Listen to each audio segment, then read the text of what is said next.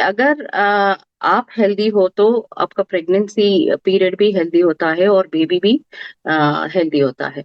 अगर आपका हेल्थ खराब है तो प्रेगनेंसी पीरियड में रिस्क का, कॉम्प्लिकेशंस का ज़्यादा चांसेस होता है। तो इसलिए you have to be very healthy before pregnancy.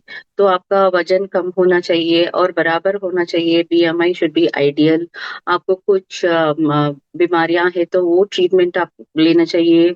कुछ इन्फेक्शंस है तो वो भी ट्रीट करना चाहिए, कुछ वैक्सीन्स लेना है तो वो वैक्सीन्स आपको लेने चाहिए और प्रॉपर डाइट लेनी चाहिए before going for pregnancy. Scientific age है 20 to 30 ईयर्स, क्योंकि ये 20 से 30 तक मदर थोड़ी हेल्दी हेल्दी होती है और बच्चे भी हेल्दी होते हैं और कॉम्प्लिकेशंस कम हो सकती है।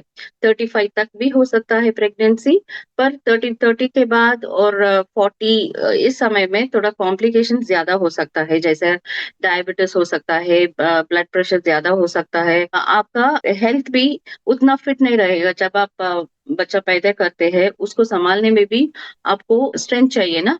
तो आप before 30 years is the best period. Before pregnancy आपको कंप्लीट आपका ब्लड काउंट देखना चाहिए। आपका रेड ब्लड सेल्स कैसा है, डब्ल्यूबीसी कैसा है, प्लेटलेट काउंट देखना चाहिए।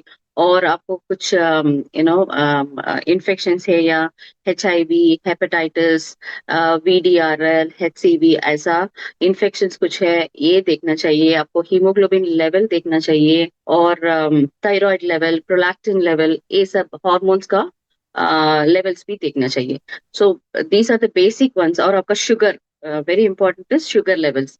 सो sugar, thyroid and basic blood test और इन्फेक्शंस, ये सब देखना चाहिए before going planning for pregnancy.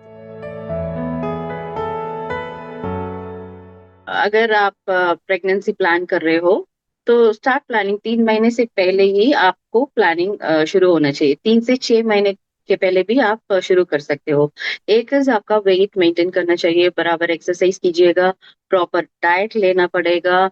अगर कुछ आपको मैंने पहले ही बोला था, कुछ इन्फेक्शन है, कुछ डिजीज है तो वो ट्रीट करना चाहिए। थायराइड है तो वो ट्रीट कर लो, डायबिटीज है तो वो ट्रीट कर लो और बीपी है तो वो भी ट्रीट करना चाहिए।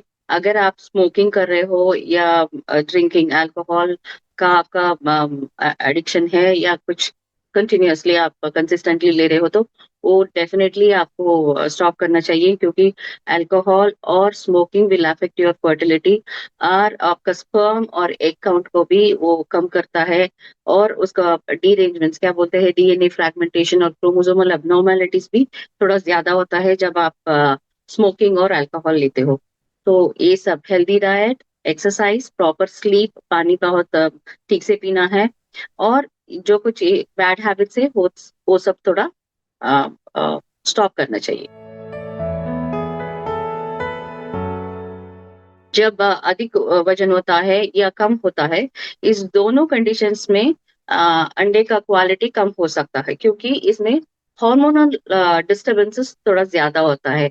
Obesity leads to hormonal imbalance, so इसकी वजह से फर्टिलिटी का थोड़ा सक्सेस रेट भी कम हो सकता है।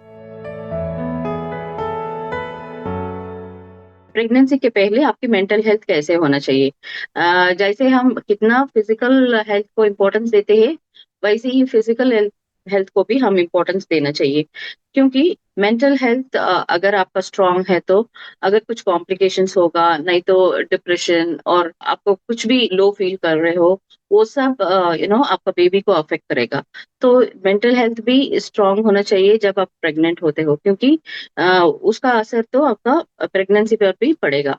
तो बिफोर गोइंग फॉर प्रेगनेंसी, अगर आपका कुछ मेंटल हेल्थ इश्यूज है वो ट्रीटमेंट कर लीजिएगा। कुछ काउंसलिंग चाहिए तो भी वो भी ले सकते हो।